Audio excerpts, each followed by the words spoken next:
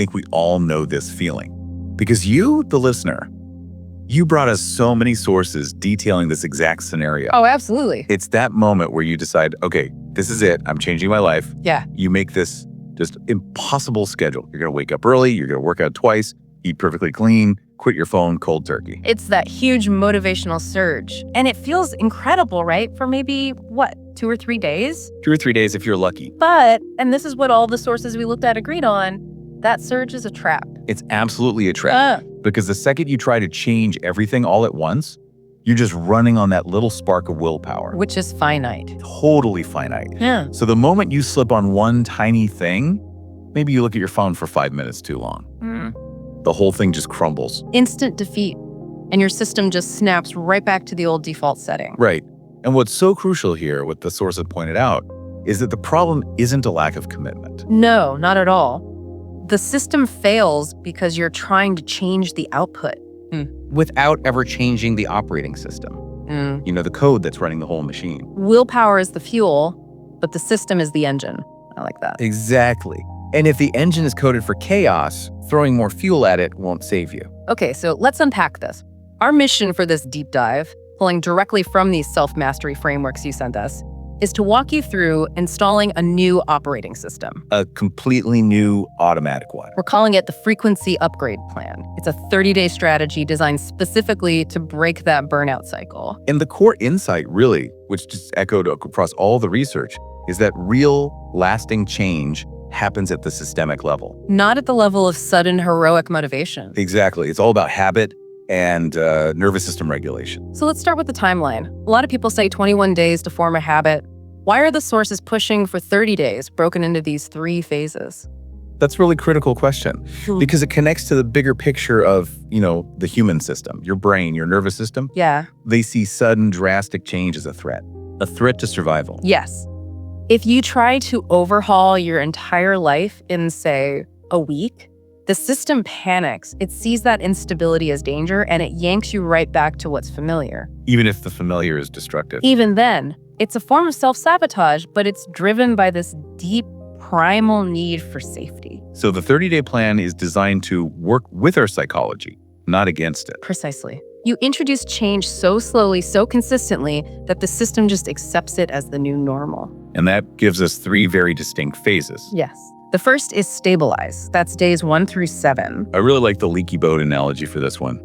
You can't worry about rowing faster if your boat is actively taking on water. You're just sinking. Speed is useless. Right. So stabilize is basically just damage control. The whole goal is to create a sense of safety in the nervous system. You do that by stopping the energy leaks. So you're not adding new positive habits yet. Not really, no. It's about finding the nonsense activities, the leaks, and just pulling everything back into balance. You stop the negative before you even think about pushing the positive. Okay, so once the boat is patched, then we move to phase 2. Yes, then you get to Recode. This is days 8 through 21. If Stabilize was patching the boat, Recode is where you install a brand new engine. This is the active part, the continuous effort. This is the golden window for writing new code, neurologically speaking. So if your old pathway was, say, to avoid a hard task or grab your phone when you're bored, Recode is where you consciously, deliberately build a new replacement pathway to redirect that impulse. And because you stabilized everything first, the effort actually sticks. It's not wasted. It's not wasted fighting your own system, yeah. And that brings us to the final phase, expand, days 22 to 30. Right. So the foundation is solid. The new code is running. Now you can scale. Now you can afford to take some risks. So this is where you start taking on bigger projects, declaring clearer boundaries. Yes, pushing your growth capacity. And the main insight here, one of the most valuable things from the sources, is that stability is the prerequisite for a higher frequency. And when we say higher frequency, what do we mean? We mean operating from a place of calm, of being grounded, instead of just constantly reacting to chaos. But don't rush, expand. If that foundation isn't solid, it won't work. So that structure gives us the timeline. But now we need, I guess, the GPS, because the sources were very, very clear that the biggest mistake people make is trying to drive to 4 places at once. Oh, yeah. And this brings us to what we're calling the golden rule. And if you violate this one, the whole plan just crashes. And it's tough, especially for high achievers, because it feels wrong. The rule is you must choose only one path. Just one. We have 4 areas: body, mind, love, and work.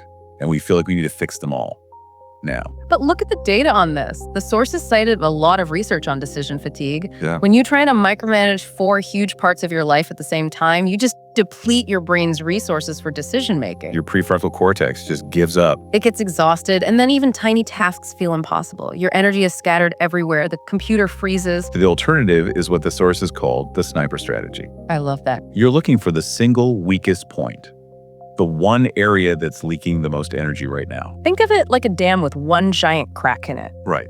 You don't go downstream and start building 3 new, smaller dams. You go and you repair that one massive leak. And when you fix that one leak, the energy you reclaim automatically flows into the other areas. You get this cross-domain improvement without even trying. It's amazing. So we're really encouraging you now to listen to this next section and commit fully. Pick one path, just one, for the next 30 days. Let's dive into the specifics for each one. Let's start with a body path. Okay, so this path is for you if your biggest energy leak is physical. You're constantly tired, your sleep is terrible, you get sick a lot. That feeling of your internal battery just being... Exactly. The goal here is a huge shift from forcing your body to do things to achieving balance and what the sources call energy sovereignty. Okay, so for the stabilize phase, days 1 to 7, what are the steps? 2 really simple, low-friction things. First, 20 minutes of easy movement. A light walk, some stretching, nothing intense. Okay. Second, 2 minutes of grounding. That just means putting your bare feet on the earth. The sources really emphasize how this helps regulate the nervous system. And the third part is crucial. It is. You have to cut external stimuli before sleep. No doom scrolling, no bad news, no emotional drama for at least an hour before you close your eyes. Then for Recode, days 8 to 21. You establish a non-negotiable sleep anchor, a consistent 10-minute routine right before bed. It could be journaling, reading a real book, something to tell your brain it's time for deep sleep. And during the day. You build in short rest breaks, even just 2 minutes of staring out the window. It stops the battery from hitting that destructive zero-charge state. Okay, next up, the mind path. Who is this for? This is for anyone dealing with that. That mental clutter, circular thinking, you can't make decisions, your attention is scattered everywhere. Jumping from task to task to task. Yeah, and the paradigm shift here is profound. It's moving away from endlessly thinking before doing. Analysis paralysis. To a mindset of doing first, then adjusting. You have to break that hesitation loop. So what does that look like in the stabilize phase? 2 things to reclaim your focus. First, a focus block. Just 20 minutes a day on one single task. No switching screens, no checking email. Building that attention muscle back up. Right. And second, practice silence for just 60 seconds. Sit quietly, let your brain clear. It's like clearing the RAM on your computer. The little micro reset. A necessary one. Yeah. Then in the Recode phase, the core practice is the daily decision. Okay. You make one small decision every day, what to eat, what email to send, and you execute it immediately. Within 24 hours. The goal is to just burn away that hesitation pathway. Okay, let's move to the love path. This one feels really important. It's for the chronic people pleasers, for anyone who can't say no, who feels trapped in a relationship dynamic where they always have to give in. The goal here is a shift from just yielding to loving with boundaries. Exactly. You define the relationship with yourself first, which creates this internal stability that other people can't just knock over. So for stabilize, days 1 to 7. The first action is foundational. You have to write down your standards, what you accept and what you absolutely do not accept. That clarity alone plugs a massive energy leak. And the second part. Daily self-care. One small action that is just for you, that you do without waiting for anyone else's permission or initiation. It's about reclaiming your own time. Then in Recode, this is where it gets real. This is where you practice. You start using clear, non-apologetic boundary sentences. Things like, I'm unavailable at that time. Without saying, I'm so sorry, but... Remove the apology. And maybe most critically, you learn to pause. When your emotions get triggered, you pause and breathe for 3 full seconds before you react. That pause is where you get your power back. Okay, finally, the work path. This is for the serial procrastinator. The person with a million ideas who never starts, who's paralyzed by the fear that it won't be good enough. The constant holding back. Yes. And the shift is from fear and postponement to a simple mantra. Do, release, adjust. Momentum over perfection. All day long. So for stabilize, we implement the one output rule. Mean. You release one piece of work every single day, no matter how small. An email, a draft post, one revised sentence. The psychological cost of not sending is way higher than sending something imperfect. And if you're feeling lazy, use the start for 3 minutes rule. Just trick your brain, commit to only 3 minutes. Inertia is the enemy. and for Recode, days 8 to 21. You create a micro contract with yourself. You pick one specific important work task, not the whole project, just a small recurring piece, and you commit. You do it every single day for 14 days straight. No excuses. That builds an unshakable pattern of reliability for yourself. Exactly. Okay, so those are your 4 options. You have to choose one. Now let's talk about the support structure that makes sure this actually works no matter which path you're on. This strategy is so simple, but it's really effective. It's the long task plus short task model. The long task is the main thing we just talked about, the 20-minute focus block, the movement, whatever it is. But let's spend a second on the short task. Why is that 2 to 5 minute thing so important? The short task is your survival mechanism, because there will be days when you're exhausted or busy or have zero motivation. It's going to happen. For sure. On those days, the short task keeps your momentum alive. It protects your commitment. The research calls it the psychological cost of breaking the chain.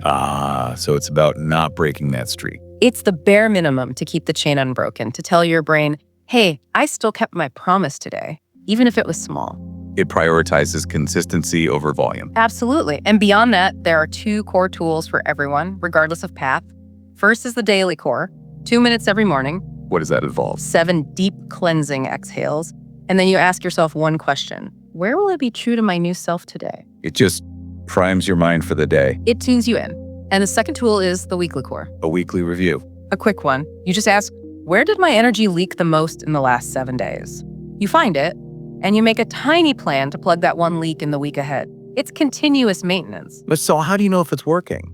Because success isn't about feeling motivated all the time. No, motivation is like the weather. It comes and goes. We need concrete metrics. The upgrade metric. But the real signals that a new, more robust operating system is installed. Okay, number 1. How quickly do you get back to balance after a bad event?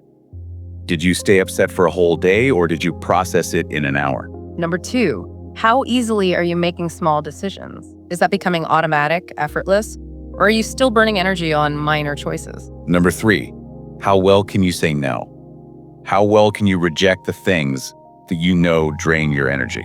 Number 4 is consistency. Are you doing your micro contract, your focus block every day, regardless of your mood, or what the source is called the artist's feeling? And the final big picture metric. Do you feel stable and steady instead of just manic or frantic?